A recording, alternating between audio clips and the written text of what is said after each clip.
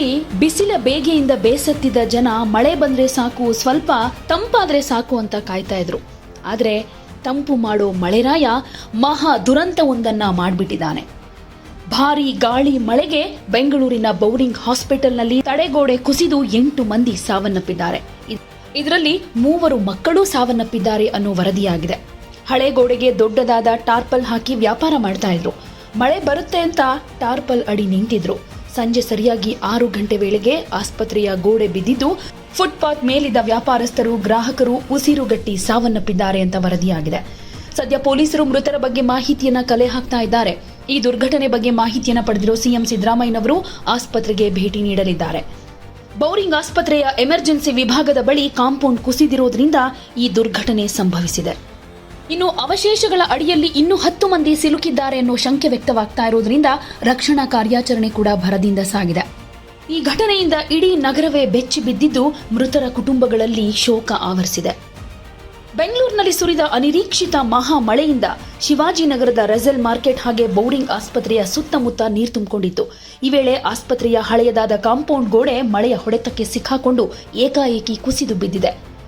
ದುರಾದೃಷ್ಟವಶಾತ್ compound ಗೋಡೆ ಪಕ್ಕದಲ್ಲೇ ಬೀದಿ ಬದಿ ವ್ಯಾಪಾರ ಮಾಡ್ತಾ ಇದ್ದ ವ್ಯಾಪಾರಿಗಳು ಹಾಗೆ ಮಳೆ ಬಂತು ಇಲ್ಲಿ ನಿಂತ್ರೆ ನೆನೆಯೋದಿಲ್ಲ ಅಂತ ಯಾರ್ಯಾರಲ್ಲಿ ಆಶ್ರಯ ಪಡೆದಿದ್ರೋ ಅವರೆಲ್ಲ ಬಲಿಯಾಗ್ಬಿಟ್ಟಿದ್ದಾರೆ.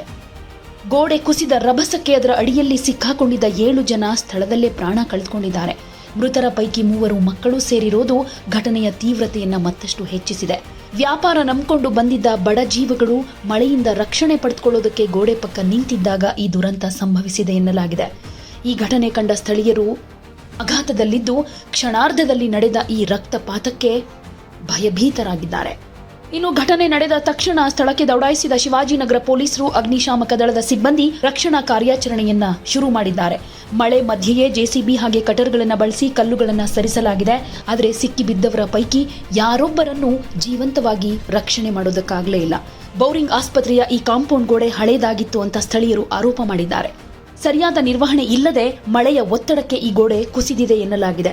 ಕಣ್ಣೆದುರೇ ಆಟ ಆಡ್ಕೊಂಡಿದ್ದ ಮಕ್ಕಳು, ವ್ಯಾಪಾರ ಮಾಡ್ತಿದ್ದವರು ಮಣ್ಣು ಪಾಲಾಗಿದ್ದನ್ನ ನೋಡಿ ಸ್ಥಳೀಯರು ಕೂಡ ಕಣ್ಣೀರಿಟ್ಟಿದ್ದಾರೆ. ಮೃತರ ಕುಟುಂಬಕ್ಕೆ ಸರ್ಕಾರ ಪರಿಹಾರ ಘೋಷಿಸಬೇಕು, ಹಾಗೆ ಇಂತಹ ದುರ್ಬಲ ಗೋಡೆಗಳನ್ನ ಕೂಡಲೇ ತೆರವುಗೊಳಿಸಬೇಕು ಅಂತಾನೂ ಸ್ಥಳೀಯರು ಆಗ್ರಹ ಮಾಡ್ತಾ ಇದ್ದಾರೆ.